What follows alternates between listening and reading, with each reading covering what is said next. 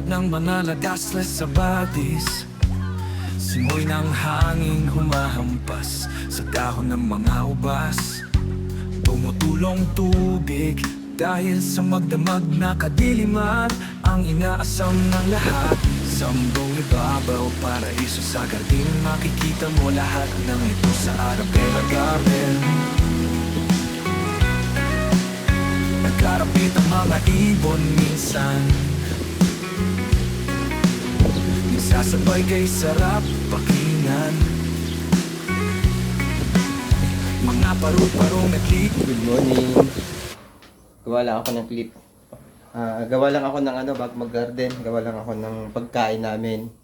Siyempre, special kahit walang pangalan. Yan naman lagi yung ginagawa natin dito. At marami ang mga gulay na sangkap ng ating pagkain. Nagsimula sa soup kasi yung gagawin natin. Nagsimula sa gatas, syempre. Maglalagay tayo na almond. Yan. Meron din ako ditong soya milk. Actually, yung mga iniinom natin dito, galing sa yung nutrition yan galing sa halaman, hindi kalimitan.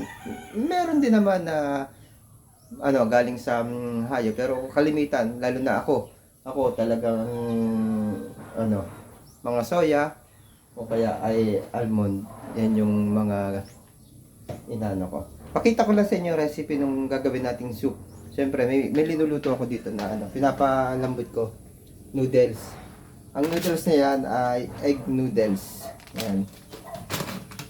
Tapos lalagyan natin ito baby ang tawag dito, corn. Meron tayong ang tawag nga dito, celery ba to? Yan. Siyempre, tokwa, sibuyas, at saka bawang. Meron din tayong tanglad. Lalagyan natin ng mint. Nakita ko ng bulaklak ng kalabasa doon sa tanim. Ayan. Yan lang yung simpleng-simple na gagawin nating soup. Pamaya papakita ko sa inyo. Magbibigay ako ng clip ko kapag naluto na. Bye-bye. Guys, ito na yung ating ilinuluto. Siguro tawagin natin itong vegetable mommy. Yan. Egg noodles. Tapos sama-samang mga vegetable with tofu. Tapos meron pala akong sinama dito mga kaibigan, itlog. Tapos linagyan din natin ng konting pangpalapot, cornstarch. Yan. Yan yung mga sangkap na ginawa natin.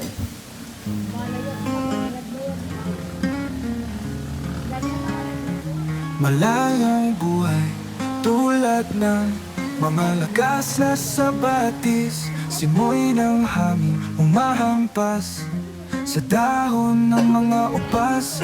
Tumutulong tubig dahil sa magdamag na kadiliman, ang inaasam